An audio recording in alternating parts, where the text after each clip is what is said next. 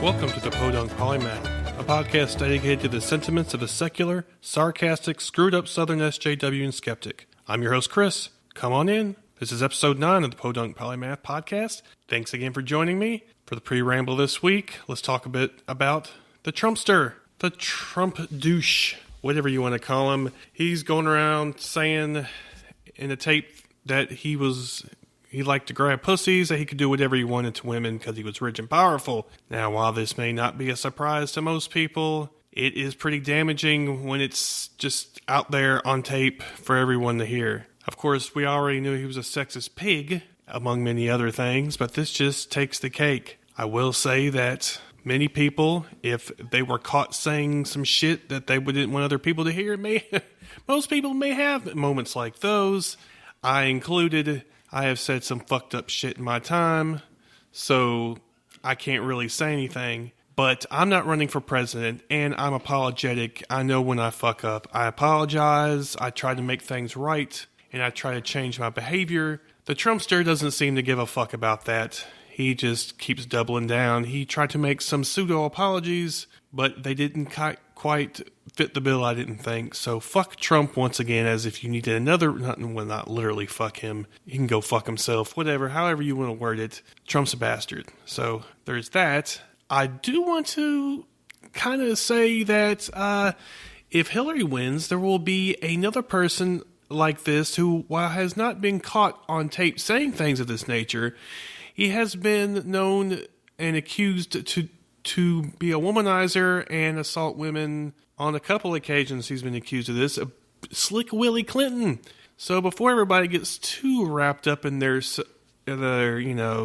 sanctimony, let's make sure we all understand this. Bill Clinton is not an angel. He is known for assaulting women, even though he's never been charged with anything. He's been charged, but he hasn't been indicted. But there's plenty of stories out there about him doing some crazy shit, and he might actually be in the White House. Or actually, he probably will be in the White House running around. He needs a guard or something to make sure he doesn't do anything, as far as I'm concerned. Now, of course, that doesn't mean that what Trump did was make it any better. I'm not saying that. Trump is a piece of shit on every level, and not just this one. When it comes to women, him being probably a rapist, a misogynist, racist, bigot, ignorant, narcissistic, megalomaniacal, pedagogue, whatever, demagogue, whatever you want to call it. But I did want to point out that Bill Clinton might get in there as the first husband, and like I said, he ain't exactly safe for the female gender. Having said that, let's all hope that Trump doesn't win, even though I think, like he said before, he'd have to shoot somebody on the street, and even then, he'd probably still have the backing of all of his hardcore supporters. Frankly, if you're supporting Trump now, I kind of question your credibility, your sanity. I don't know. Your worth as a person, whatever you want to say. So, also, I wanted to briefly say about the vice presidential debate. Pence basically sat there and disowned his presidential running mate, Trump, acting like he didn't say what he actually said, and actually going against policies that Trump has said the opposite thing. Like when it came to Putin, he wanted to crack down on Putin. Of course, everybody knows Trump loves Putin, loves him some Putin. So I'm not sure how that works. So basically, he spent the whole debate running from Trump.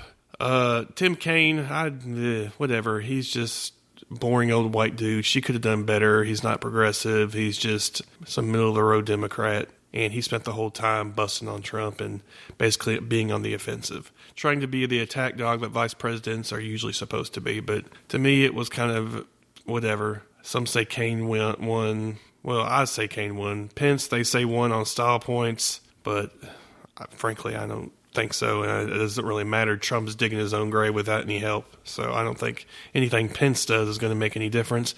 I don't know if I spoke about the first presidential debate, but I'm going to make it very short because I know everybody's tired of hearing about it. Despite the fact that I don't particularly care for HRC that much, she rope-a-doped him for 30 minutes, let him say whatever the hell he wanted, and then went to attack mode and owned him the rest of the debate. debate. Hitting the issues, showing that she knew shit, showing that she was in command of everything that she had experienced. Trump basically stood there and kept going, wrong, no. It's like some school kid in the assembly or something. I don't know. So she made him look like a damn fool, which he is. But even more of a fool, it's not going to help the cause for his cause. But then again, the people who are voting for him don't give a fuck anyway if he's smart or not. He just tells it like it is. That's all they care about, apparently. I mean, if he told you that your mother was a fucking whore, he just told me like it was, Is that a good thing? No, I don't think so. Or unless you like that kind of thing, I don't know. Anyway, moving on to the palaver guest this week. I have somebody that is local activist type. So, it was a really fun conversation. Some serious, some not so much. But she is a cool person all around, besides just being a regular badass hero activist. So, everybody stay tuned. I hope you enjoy the rest of the show. Has In God We Trust invaded your town?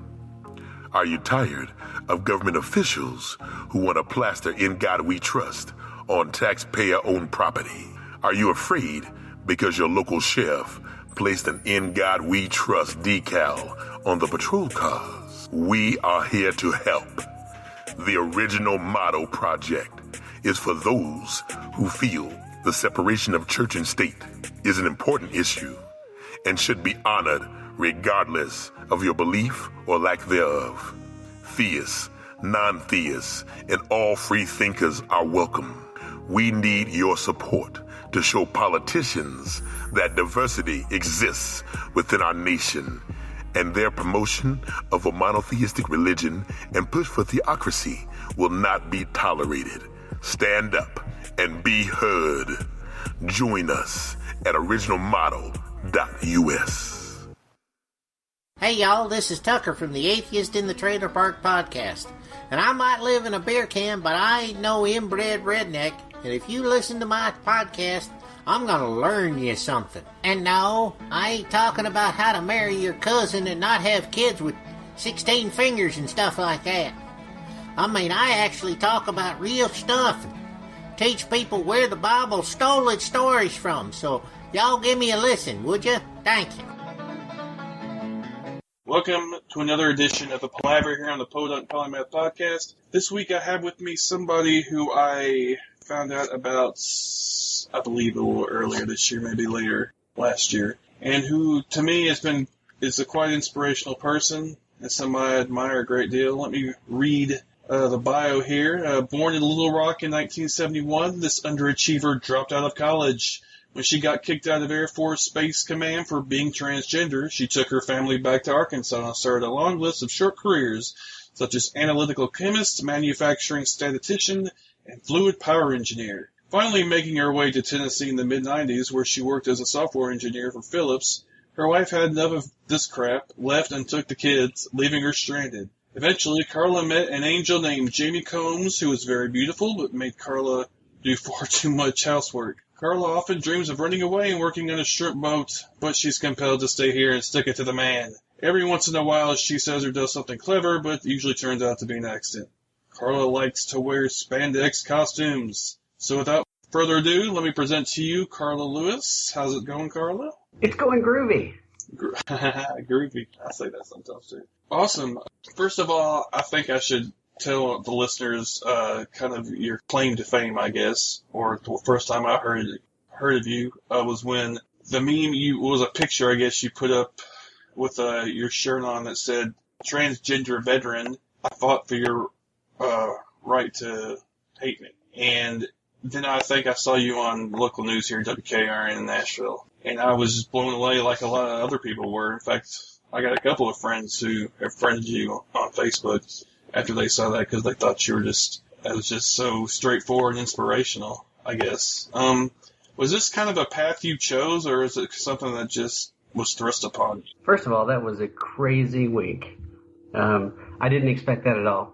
And if you'd follow me for any length of time, generally I would post a picture on Facebook or Instagram on Friday when I could wear a t-shirt to work on Casual Friday. And it always had a different message. It was either some nerd shirt or some political message.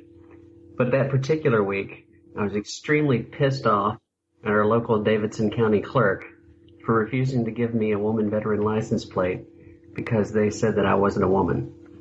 So that was just a little act of protest to show to my friends. I was really surprised that it went anywhere from that. That's actually surprising that it was Davidson, because that's Nashville, and we're fairly liberal county. I'm surprised they did that. And how did they even know what your gender was anyway? I guess it's on the license? Well, the gender is on the driver's license, but few people have to show a driver's license in order to get a car tag. You just have to show proof of residency and that you own the vehicle, or it's leased to you. The reason that they knew my gender was in order to get a veteran license plate, you have to show your discharge forms. And my discharge forms, which do not show gender, had my previous name, which was Justin. And they made the assumption that was a male gender name. And from that, they deduced that I was transgender. Was activism something you were doing previous to this, or was this like a catalyst to activism? I actually gotten into activism in 2008. Prior to that, I was out as trans, but I wasn't really active in the community. I wasn't a person that would go speak with my legislators. I wasn't a person that was involved with local, county, or state government. But in 2008, something happened that kind of lit a fire under my ass, and it kind of kicked me in gear. And that was, I had been to church with my wife, Jamie, at Tennessee Valley Unitarian Universalist Church in Knoxville on January 27th of 2008. We even held the door open for this guy, came in with a guitar case during a production of Annie. It was a summer child's production. And the next thing we know, he pulls a shotgun out of the case and starts shooting into the congregation. What? And we lost one of our good friends that morning. Holy shit. His reasoning was that our church was welcoming to liberals and gays. So from that point on, I thought it was best if I used whatever talent or skills that I had to make sure that people in my local area, which at the time was East Tennessee, knew that transgender people were in their community and knew that we were just like everybody else. So it started off with advocacy, but it didn't take long for it to turn into roadside demonstrations, vigils, marriage equality rallies. It just kind of grew from there. I even had the occasion where I bought a membership to the local Chamber of Commerce when they had the legislators in between sessions, and I ambushed all of them. So it just kind of grew. And sometime in the middle of 2014, I moved to Nashville, and I honestly kind of thought that I was going to put activism behind me because I didn't really know anybody in the Nashville community, and I thought, well, maybe this is a chance where I can take a break. But that didn't quite work out the way that I thought, and my activism kind of exploded even more so, especially after that event in November. Wow. One thing I didn't know anything about, I think I recall hearing about the shooting, actually, in the news. You said 2008, right? Yeah. It was, the summer just before the presidential election, where half of the country was afraid that a black man was going to be elected and the world was going to end. And so there was a lot of racism and hatred, just like now. Yeah, that hasn't changed. Let's backtrack a little. You said in your bio that you were discharged did you come out as transgender, or? Well, this was a long, long time ago, and I enlisted back at the end of 1989, and I started basic training early 1990. I went through basic training like everyone, and I went to tech school, to space systems school, where I was going to be for the next 40 weeks, learning component level electronics, encryption, satellite imagery, really cool stuff like that. And while I was in that 40-week training, I took the opportunity to go and speak with a base counselor. I only had one session, but I told him how I felt about my gender, and he put forth the possibility that there might be something there, but I never had a follow-up. But that was in my medical records. So when I finally got my duty station in Alamogordo, New Mexico, at White Sands Missile Range, I had to go through a top-secret background clearance investigation. And it was during that investigation they discovered that I had seen a counselor for gender issues. They did a bunch of testing, psychologist was really an asshole, and they offered to put me through conversion therapy. I refused, and they started discharge. It was really nothing more than that. But so my 16 or 17th month career in the Air Force was cut short. Wow. The fact that they even considered conversion therapy is horrific to me. Yeah, one of the documents that they included on my discharge was that they had offered therapy to improve or change my behavior or desire, and that I was unwilling or unlikely to participate in such therapy. I didn't even know that that was a thing in the military. I thought that was just like, religious nutbags trying to pull that shit on, gay kids or whatever, because they don't want them to be, gay or whatever. I didn't realize the military was complicit. If I had said yes, I probably would still be in. Well, probably not. Let's not kid anybody. Come on. You're too outspoken, probably. I don't see you. I don't know you, but just from your, from what I've observed, you seem like somebody who wouldn't be able to keep that kind of thing. Yeah. You're talking to a person that's been fired from almost every job they've ever had. So, yes.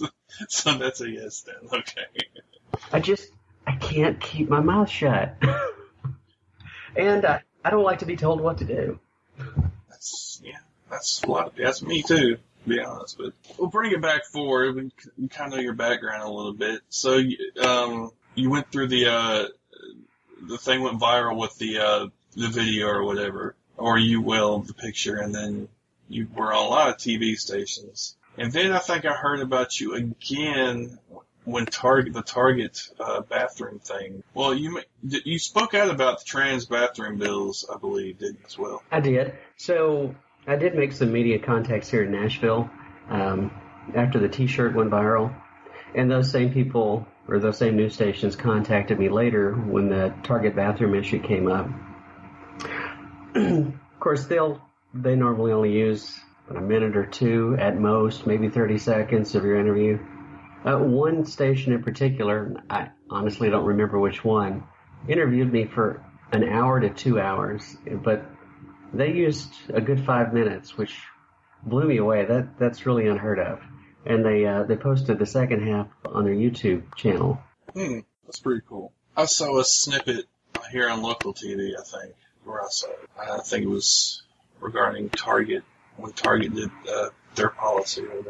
And I thought that was pretty cool. That was a bad day for me. I'm sorry. Well, people, these reporters, when they get an idea for a story, they want to get it done before the 5 o'clock or 6 o'clock news. And so they always want to come to my work, which is a secure environment, and they can't come in. So they want me to meet them somewhere. They want to come to my house. So I left work 3 hours early. And any time that I'm interviewed, it happens to be the one day that I decide that I'm going to sleep late, roll out of bed, go straight to work with my, with bed head and no makeup on. So I left work 3 hours early to get here, and on the way my vehicle overheated. I have to be towed home. So I was standing out in the backyard dripping sweat from being out in the heat for 3 hours. That was a bad day. Well, that does sound pretty shitty. But I'm so glad you did it. I think it's important. And I think it's important for people like you who have obviously have have no problem speaking out against things to actually do that. I'd do it every day if I could. Well, it should be good. I'm sure you would. I mean, I've seen you post plenty of stuff on Facebook. I'm your friend on Facebook, and you post a lot of. You don't have any problem posting anything that what might be considered controversial or whatever. Is it too much? Is it too much? No. You ain't got to worry about me. I'm more like a social justice armchair warrior. I just do the podcast and I get on Facebook and stuff, but I'm not one of these people that could do what you do, get in the trenches or whatever, and kind of go out there and put yourself forward like you do. Do you get any blowback because of your activism? Because you're so visible?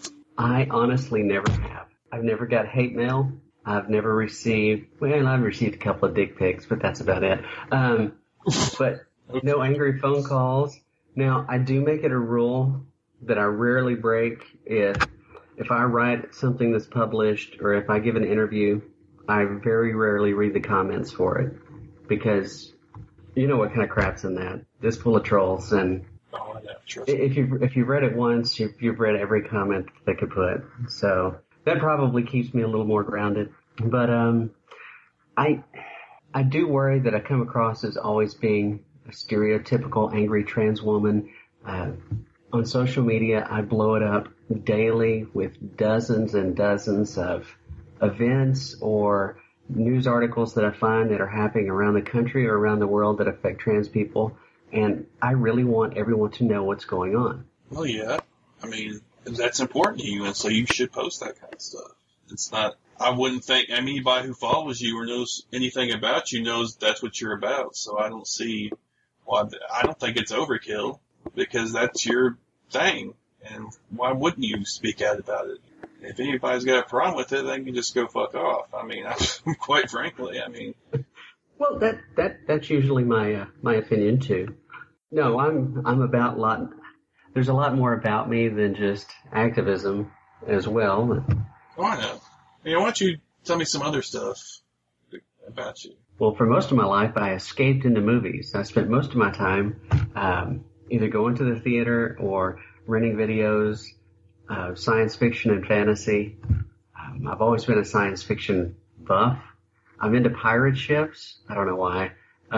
So any story that you give me that's on the high seas, I really like. And I like making costumes and going to conventions. That's interesting. So you do the cosplay thing or whatever? I can't believe you didn't know. See, I'm not posting enough other stuff. I mean, it's your thing. I mean, you post whatever you want. I mean, oh yeah. I genuinely didn't know. Except for the last line in that bio I just read. The spandex costumes, which I assumed, I don't know what, I didn't know precisely what it was for. I didn't want to assume anything, but, it could be for other reasons. But, I mean, you like to do cosplay, I assume, for, like, conventions and stuff. Is there certain, like, characters you like dressing up more than others, or just anything? Or I've only had 4 costumes. And that's because I usually spend most of my time making costumes for my wife or my daughter. And I hardly ever have any time left to make anything for myself. But Power Girl, and I've had 3 different versions of that. Skipper from Gilligan's Island, and Jeannie from I Dream of Jeannie, and Bill Haslam in an orange jumpsuit. What? Okay, for anybody who doesn't know, Bill Haslam is the governor of Tennessee. Current governor of Tennessee. Whoa. Wait, this was during the time that there was a federal investigation against Pilot Corporation. Yeah, I remember that. Of which I was in the federal investigation. So I was hired as the only developer on a team of 60 accountants to go through their sales data for the last 15 years and find everything that I could about every sales deal that they made. Wow. That's a pretty big deal. To me, anyway, it's pretty cool. It was very cool. It's kind of a big case or whatever. I mean, I remember reading about it in the paper or whatever. The best part is at Pilot headquarters where I was working, every floor had a soda fountain with free soda. That's the thing that really got your attention. I'm like, if people just hire me on full time and get out of this contract, I will come here now. That is pretty cool, I have to say. So, that is something worth mentioning. That's pretty cool. And you said you like sci-fi and fantasy, and I love that as well. I think I talked to you before, and you said you had a Galaga stand-up arcade game or something. I do. Say about 5 years ago, my son and one of his friends went out to his great-grandfather's property or something, and it was in a barn. And the old man said that if my son could get it working, he could have it. So they hauled it home, and he dicked around with it for a couple of days and got it working, and he gave it to me as a Christmas present. I still play it today. It's pretty fucking. I remember playing that in the skate set when I was younger. I never could get beyond, like, level 60 or something. Fuck, I can't get past level 11. Well, you need to practice. Obviously, you're not playing enough. You need to forget the activism thing and start practicing Galaga. That's what's important. Do you remember playing that at the skate center? You know what I remember doing at the skate center? I got one of those jawbreakers about the size of your mouth, and somehow I was able to get it in my mouth, but I couldn't get it out. Oh, shit. So my dad and his friends made fun of me for a couple of hours while multicolored drool just ran out my mouth and I cried. Finally, he had enough of it, and he stuck my head under the bathroom sink and ran hot water over it until it melted. That's some traumatic shit, okay? That's some PTSD shit, right? So my mouth is jacked open, purple drool is running out, and I can't get it out. Oh, Lord have mercy. Yeah, I shouldn't be laughing, but it's pretty funny, I have to say. It's funny. I would do that to my kids. But they're in their 20s, so yeah, they could probably figure that out themselves. Yeah. Let me go a little more serious, I guess, for a minute. Of course, we live in the South, and the South isn't exactly the most progressive place in the world. Well, it depends on what the comparison is, Well, that's true. Compared to northern Iraq, it's probably really progressive. Well, I'm sorry. I guess I should have narrowed it down. For this country, for the U.S., it's pretty, well, Tennessee's better than maybe Alabama, but just barely. But not by much, or Mississippi or Georgia. And I've noticed in these transgender bills, and have really popped up a lot of places. Now, here it was defeated, I think, in committee. I think they kind of lost steam because there's a lot of blowback over it. There was a lot of blowback over it. There was a lot of pressure. Now, in Tennessee, we only meet for a very short time, middle to late January to the end of May. And one session is spread over 2 years. So last year was the first half of this session. When they come back, it'll be the second half of the same session. So any bills that we had before, they carry over for this session. They don't have to start over. They can just pick them back up. So the sponsor did pull the bill, but promised to bring it back in the next session. Now, what I feel like they're probably waiting on was to see what's going to happen in North Carolina and some of the other states. And by the time the next session rolls around, or the second half of the session, if nothing substantial has happened to force North Carolina's hand or some of the other states, they'll bring it back up. And more than likely it'll pass. Well, North Carolina, of course, is getting bombarded because of the HR2 or whatever it was? HB2, yes. All kinds of people companies are boycotting. They lost the fucking, what was it they lost? Drawing a blank. Tournament? All-Star game? Yeah, that's what it was. I mean, that's a pretty big deal. They're losing a lot of money because of it. But apparently Pat McCrory just doesn't care. And, of course, now he's trying to backtrack. And, that's not what I was meaning at all. Of course, he's full of shit. But he's looking pretty bad, and North Carolina is actually kind of purplish. It's not completely red. It's just a gerrymandering that's taking place. And a lot of these, Tennessee here especially, is also like a super majority Republican. So I think there's a lot more progressive people than the representatives and the state congresses would let on because, like I said, the gerrymandering. If dictator Carla were in charge, no district would be able to have would be able to have anything other than 4 90-degree angles unless it hit a natural border. Yeah. I mean, I think it's ridiculous that the party in charge basically gets to choose the borders or whatever, choose the districts. Set up the losers should be able to pick, right? Well, some states have done where it's like an independent commission. That would be even better. Or something like that. I don't see why that's such a, I do understand why it's such a big deal because they don't want to give up the power. Anything that helps out the common man is just, or I'm using man in the, general term. It's just, ridiculous. You can't have that. I mean, just look at the voting laws, and especially in the red states. Anything to limit people voting usually means more Republicans get into office. So you'd see all these. You have to have a voter ID. You have to know your blood type and your mother-in-law's hat size. Yeah, it's ridiculous. But I don't have a mother-in-law. Well, Mike, you can't vote. I'm sorry. Texas got smacked down on their voter laws being too stringent. That's right, but it wasn't too long when they were found to be violating the ruling, and they said, well, that's not really what we meant. We thought you were just kidding. Yeah, well, you know what happened is when Supreme Court struck down that part of the Civil Rights Act that where they had to have pre-clearance for any voting laws. And as soon as that was struck down, all those states, I mean, really, could you make it any more obvious that that's exactly what you were trying to do was, like, restrict people's voting rights? Oh, no, never. I mean, the day after the ruling, immediately they all put these voting laws into it. Look, there's organizations in the United States that exist to do one thing, and that is to suppress the opinion of non-Christian, non-conservative views. That's the Family Action Council of Tennessee, the Alliance Defense Fund, the American Family Association. All of these receive money from the same place, I'm sure of it. God, I wish I could get a hold of their donor list. But they create all these bills. Then they go to the state legislatures, and they schmooze with the politicians. They get them to put all the bills in all these states are identical.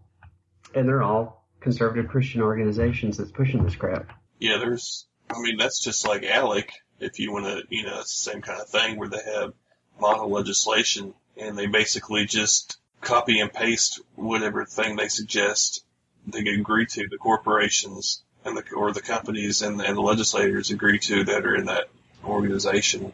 In fact, in one case, they forgot to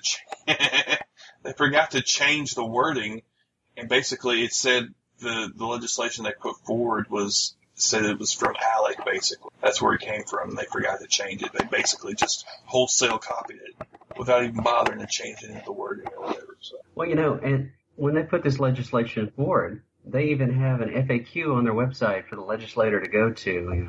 My constituent asked, what happens if a man comes into the bathroom wearing a diaper? Well, you tell him this. And they have it on their FAQ.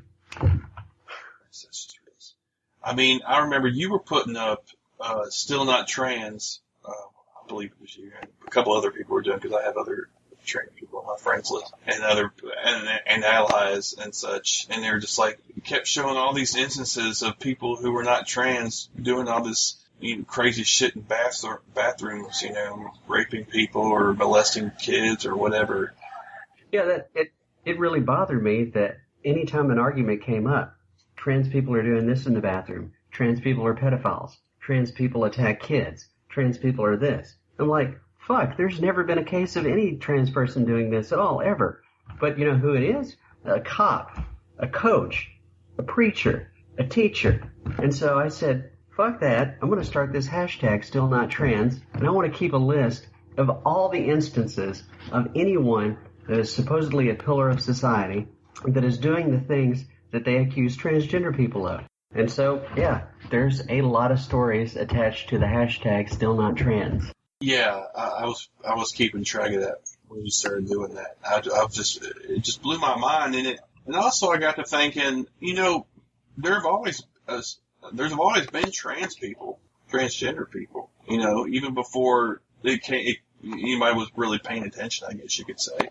And they were going to the bathroom before, and you just didn't know about it, So it's not like all of a sudden you have a problem because it's in the news, Well, I think people are just afraid of what they don't understand. I think it's a lot. We have always been around, but we haven't been that visible, and people haven't really noticed us. Because contrary to popular belief, if a trans person is out on the street, you can't tell who they are just by looking. There was once a picture going around on my social media site, and it looked like this wrinkled old lady wearing dark eyeshadow, and it could have been somebody's great-grandfather, it could have been somebody's great-aunt. It actually looked like my great-aunt, Nima, from Orlando. But people were using this picture saying, what if this guy came into your bathroom? Like, how the fuck do you know that's a guy? That could be my Aunt Nima. I don't know. So we make all these snap judgments about the content of a person based on their appearance. There's no way to know. People say, oh, well, transgender women have an Adam's apple. Well, I don't, but every woman in my family does. Transgender women have a beard. I don't, but my grandmother does. So, anyway, I guess the point is, you can't determine who a person is based on their appearance. Now, we become more visible because over the last couple of years, certain celebrities have come out. Caitlyn Jenner, for one. Her name is slipping my, Janet Mock from some magazine. I don't read magazines. Who's the one in Orange is the New Black? What's her name? Yes, Laverne Cox. So they've come to the forefront. They've brought attention to the issue, which is great. But at the same time, negative attention comes with it. And you'll notice that all of these efforts to subdue or oppress transgender people start to coincide with visibility because of the celebrities that are known in households throughout the country. Well, the same thing actually happened in Tennessee in the mid-1970s. Transgender wasn't a thing. I had a friend who transitioned in the late 60s and had surgery at Vanderbilt Hospital in the early 70s. Now, that's not something that Vanderbilt does right now. Vanderbilt hasn't done that in decades. I don't even know why they thought they could, but they did. She was able to easily change her documentation on her birth certificate or driver's license, things like that. That was no big deal. But in 1975-76, the state of Tennessee passed the first and only law in the United States that prevents transgender people from changing the sex on their birth certificate. Now, a couple of other states have a policy that prevents it, but Tennessee is the only one that has a law that prevents it. And it's interesting to note that one thing did happen in popular culture in 1975, and that was Renee Richards, who had gender reassignment surgery and played in the U.S. Open Women's Championship. And it was right after that event that Tennessee passed that law. So we see that visibility is a great thing, but it can also be a negative thing. And I believe, while I can't find any evidence for that, just anecdotally, that caused that law back in 1975. And I think we're seeing the same thing now with Caitlyn Jenner and Janet Mock and Laverne Cox. I had no idea about the Tennessee thing. I mean, I know that most states won't allow you to do it, but I didn't law or whatever, I mean, policy or whatever. Will allow. Will or will not. I mean, I know. I'd say about 60% of them probably require surgery in order to change the sex on your birth certificate. The other 30% don't. But Ohio, Tennessee, and one other that's slipping my mind won't let you at all. But Tennessee's the only one that has a law that prevents it. Now, there's an organization in Tennessee called the Tennessee Transgender Political Coalition that's been trying since 2006 to get this law changed. And every year we get a Senate and a House sponsor to put the legislation forth. It never gets out of committee. One of our biggest impediments was always Stacey Campfield, but he was gone last year, so he wasn't the problem. But there's plenty of other conservatives that stepped in to take his place. We can't get that passed. Tennessee, believe it or not, has sexual orientation on its collection of hate crime laws. So Tennessee has a judicial sentencing enhancement.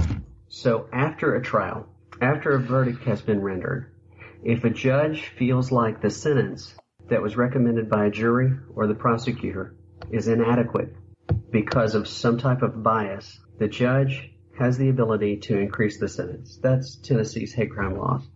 But we've never been able to get gender identity added to that. Well, it's just too much of a hot potato right now, I guess. Well, let's put it mildly. And of course, you got all the conservative Christian types throwing a fit about it. Which, I honestly, I don't know. A lot of it to me just sounds like they're looking for something. I mean, they're losing the culture wars, and they're looking for anything to kind of. Oh, absolutely. So they lost the war against marriage equality. They've got to have a boogeyman to keep their coffers full. Right. If there's nobody to fight, there's no reason to fund these organizations that are creating these bills. So they've got to keep the hate going to keep the money rolling in. Who's the next best target? Who is lower than anyone else in the United States? That's trans people. Easy target. Can't fight back. No political power. No money. Atheists. But yeah, I know what you're saying. Yeah, trans people. It's definitely, and the statistics as far as the number of violent crimes committed against transgender people and the rate of suicide is like sky high. I don't know what the numbers are off the top of my head, but it's way above what, the normal population or the rest of the population is. So it's crazy high, the suicide rate. So the National Center for Transgender Education, in the last couple of years, they've had a nationwide survey for trans people to take. Now, you've got to understand that one of the qualifying factors to take the survey is you have to be alive. So 41% of living respondents had attempted suicide at some point. That makes you wonder how many aren't around to answer that questionnaire. How many did we lose? I mean, it could be way higher than 41%. How many were successful? 41%? God, that blows my mind. Let's see if I can, because when you contrast that to the national suicide rate as a whole, that's when it blows your mind. Yeah, it's not anything like that. I think it's like maybe 10.5. I mean, comparatively low. But yeah, that's just crazy. And of course, our detractors want to say that we're mentally unstable. That's why we're more apt to try to commit suicide. But the opposite actually has been proven true. It's not that we're unstable. It's that the stressors that people put on us make us want to kill ourselves. We don't want to kill ourselves because we're trans. We want to kill ourselves because people treat us like shit. Yeah, exactly. That would be enough to want to, make anybody crack. That's another reason that I'm so visible, is because I, too, had attempted suicide. And that was my impetus for actually transitioning. And life wasn't really easy. It was pretty fucking rough. And I wanted to make sure that if there was anything that I could do to be an inspiration or resource, people that were contemplating transition or contemplating suicide, I wanted them to be able to say, that bitch had it tough and she made it. I wanted to give them something to hold on to. Well, I mean, you're an inspiration to a lot of people. I mean, I'm sure I don't have to tell you. I'm sure you get communications all the time about, how you've helped people. It still blows my mind. I have an imposter syndrome dialed up to 11. Imposter syndrome? Yeah, imposter syndrome it's a high-achieving individual that internalizes their accomplishment and believes that they're a fraud. Oh, okay. I understand. I've heard that. That's not good. Well, we're all flawed. Oh, yeah. Trust me. I got plenty of them. So I know what you're saying. There was another law that passed recently. I don't know. I'm sure you heard about. It has to do with psychologists can refuse treatment. So in the state of Tennessee now, any person that provides psychological services can refuse to treat someone if they feel that it would hurt their religious sensibility. So, on one drum they're beating that what gays and trans people really need is counseling because they need to overcome this issue. But the other drum they're beating is, whoa, you can't force us to counsel these people. They're sick. Well, they want a certain kind of counseling. They want that conversion therapy bullshit. Yeah, with probably electroshock therapy and that now waterboarding or something. New Jersey outright outlawed, and I think other states are following suit. But if you've ever read the horror stories about some of these things that they do in this conversion therapy, I have. They involuntarily commit some of their family members to religious institutions, and they're kept prisoner and basically tortured until they can escape or pretend like they're following the therapy. And it's completely fucking legal. I mean, like I said, some states are outlawing it, but it's still... I think there's just two, California and New Jersey. There's only two, really? Wow, I guess I'm more optimistic. I was being a little optimistic there about the fact, and maybe torture people, just because you don't happen to... Okay, wait, I've got a list here. Vermont, California, New Jersey, Illinois, and Oregon. That's still way too few, though. 45 left?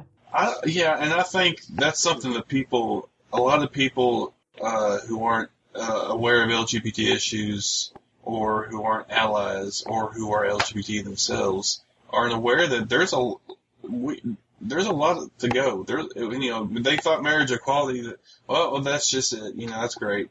We won. No, there's, there's plenty of other shit that needs to be done, top of that list is getting, gender, identity identified as a, recognized, federal EEOC or whatever it is, age, sex, gender. So we do have, EEOC does recognize gender identity. So if somebody fires you for being transgender, you actually have grounds to file a complaint with the EEOC. It's actually not the case if you're gay and you get fired. It has not been tested yet in court. And from a layman's point of view, you're like, gay, trans? What's the difference? I mean, if you can't fire somebody for being trans, surely to God you can't fire somebody for being gay. But that's not actually the case. And that's total bullshit. That every single iota and characteristic of a person and their behavior has to be proven in court to deserve the rights that have been enumerated to them by the Constitution. Yeah, isn't that... It's just humiliating.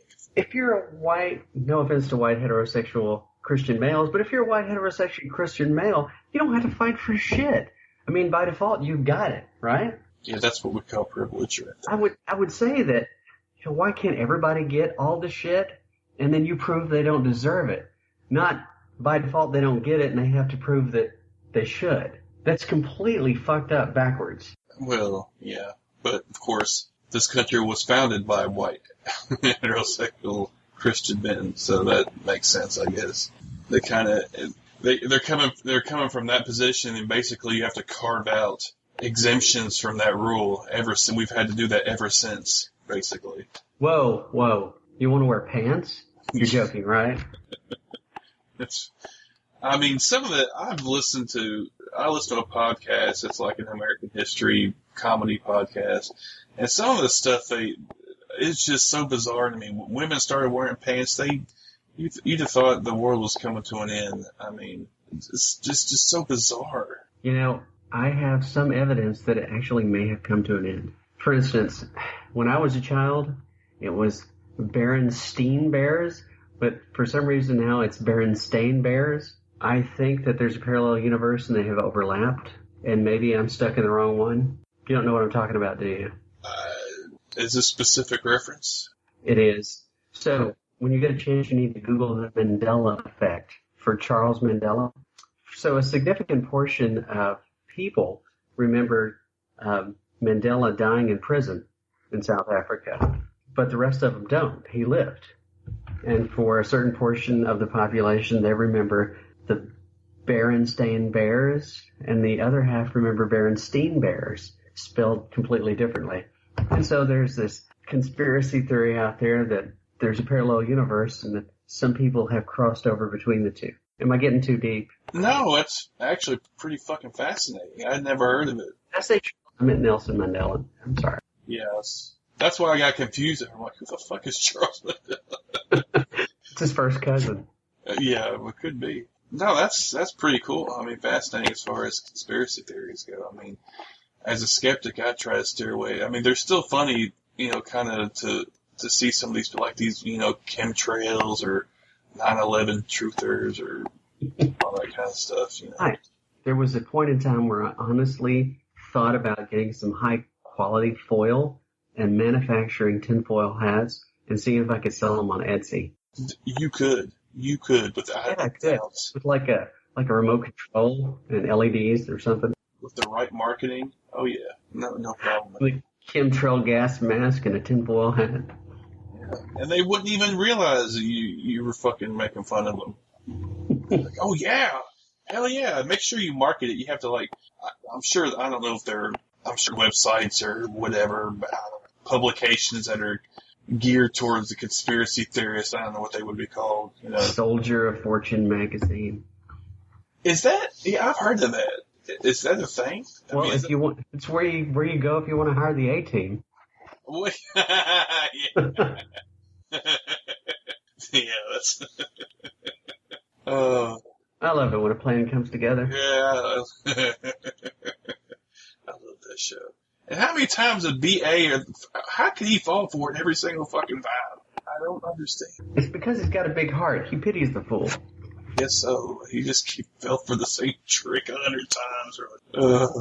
And they keep breaking, what's his name, How Mad Murdoch out every single time. I'm like, why don't they put him in like a max or, isn't there like a...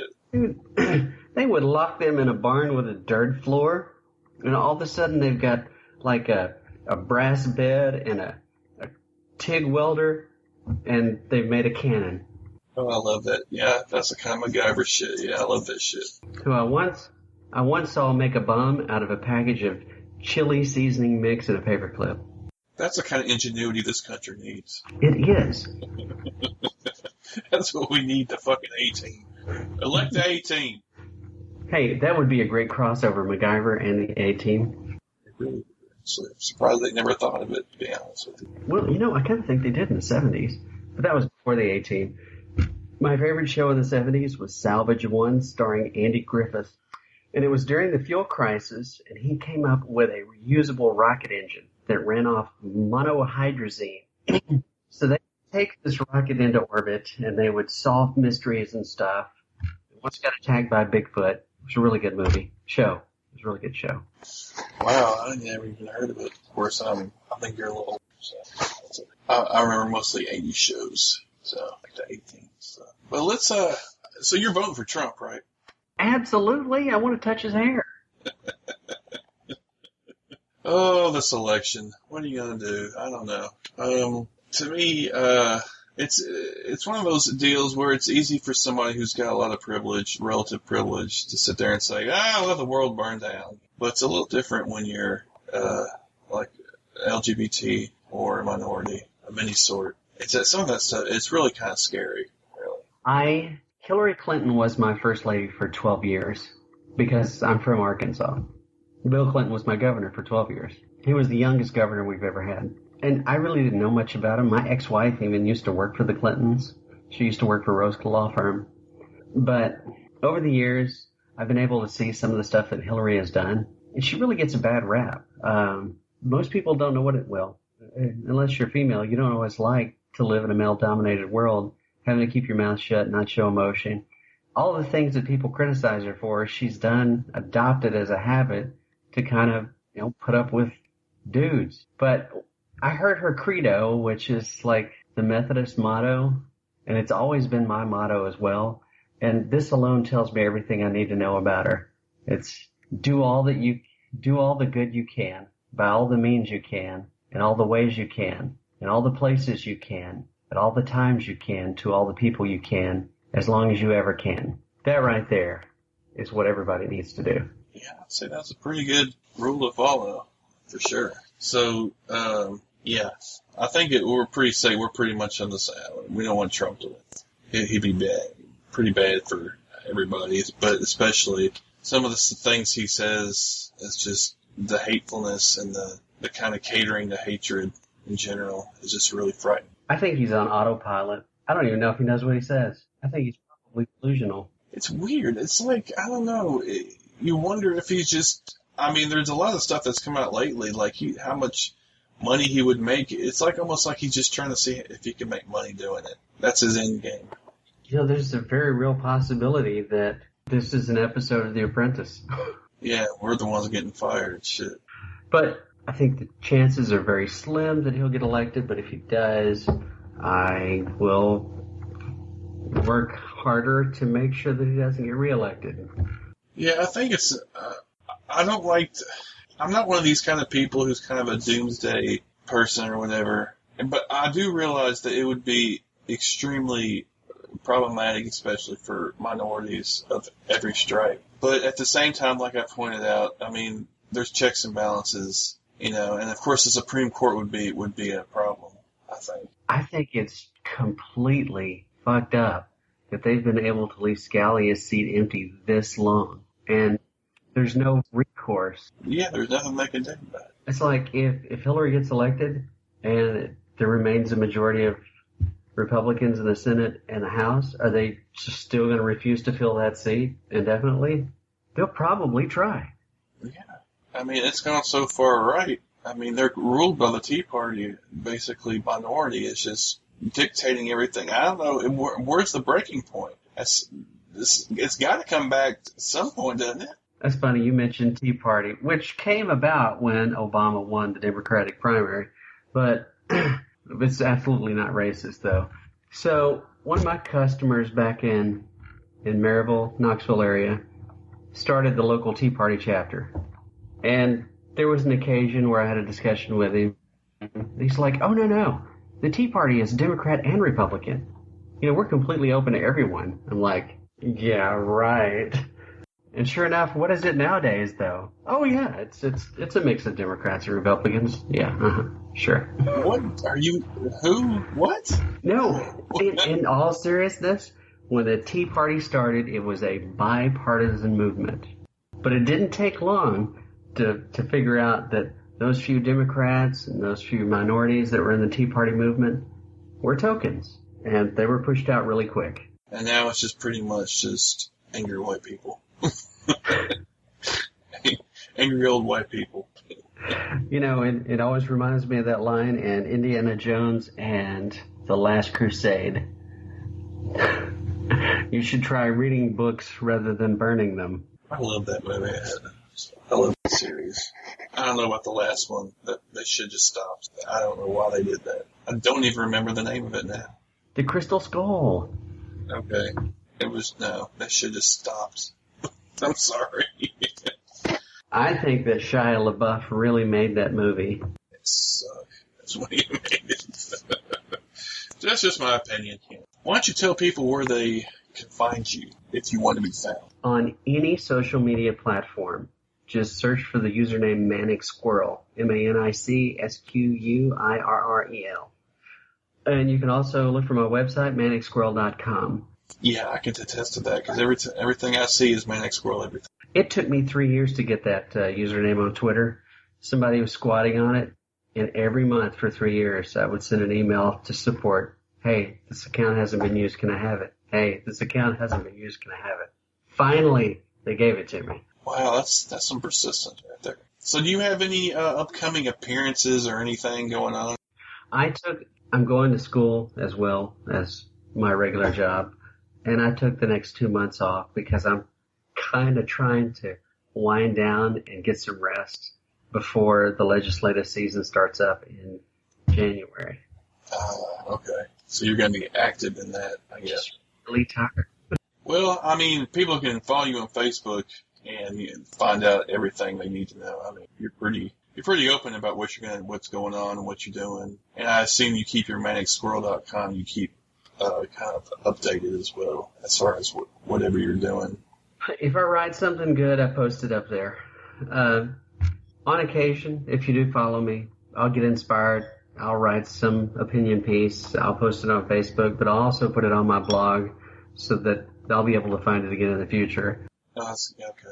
So Facebook, though, I mean, you're pretty active on there. So I imagine anybody wants to keep track of your doings, that'd probably be the best place to do it. And it's a public profile. So correct. I also have a fan page that there's not a lot of.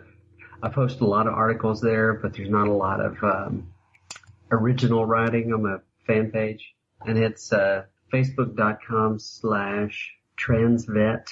TRANSVET. Oh, good call. I know that. All right. Well, thanks for talking to me. I really appreciate it. It's been fun and informative and awesome all together. Well, I enjoyed it. It was actually a lot more interesting than I thought it would be. It was a great conversation. Yeah, I thought so too. All right. Well, hopefully we'll talk again, and I'll see you on Facebook and keep track of what you're doing. All right, dude. It's good to talk to you, Chris. All right. Take care.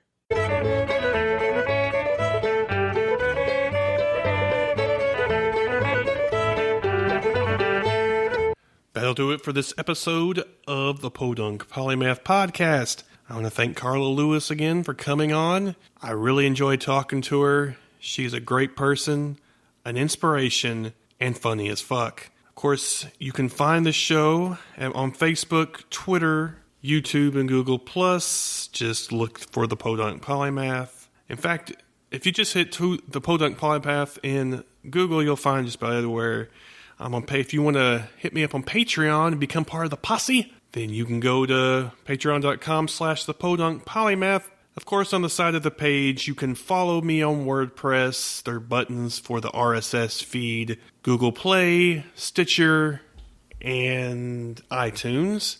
If you want to donate, there's also a button on PayPal. There's a button for that as well on the side of the page. If you want to see the latest comments, latest posts, you can also see that on the side of the page as well. Also, you can call the call-in number, which nobody still has called in the call-in number yet, which I am extremely disappointed. It's 615-378-7676, or POPO. How clever is that? Also, I wanted to mention that the episode with Steve Shives has popped up on his latest You Had to Ask. You Had to Ask number 209. Towards the end, he gives me the shout-out. But anyway, he mentioned me on there from the last show, and then I got a bump in downloads, which is awesome. Also got a couple more follows on the Facebook page. I even got a comment on one of the video for the first episode. We can both be too diverse and not diverse enough. I love that a woman is talking positively about sex and masturbation. These are most enjoyable parts of my life. As a big old happy gal, the only opinions that matter in my life are those of my partner, and only that to the extent of respect for their likes and would rather not participate in. I had an ex that wanted me to have long hair. He didn't make me keep it long, but he complained about it when I wanted to get it cut. My partner has a preference, but wouldn't even think to suggest how I wear my hair.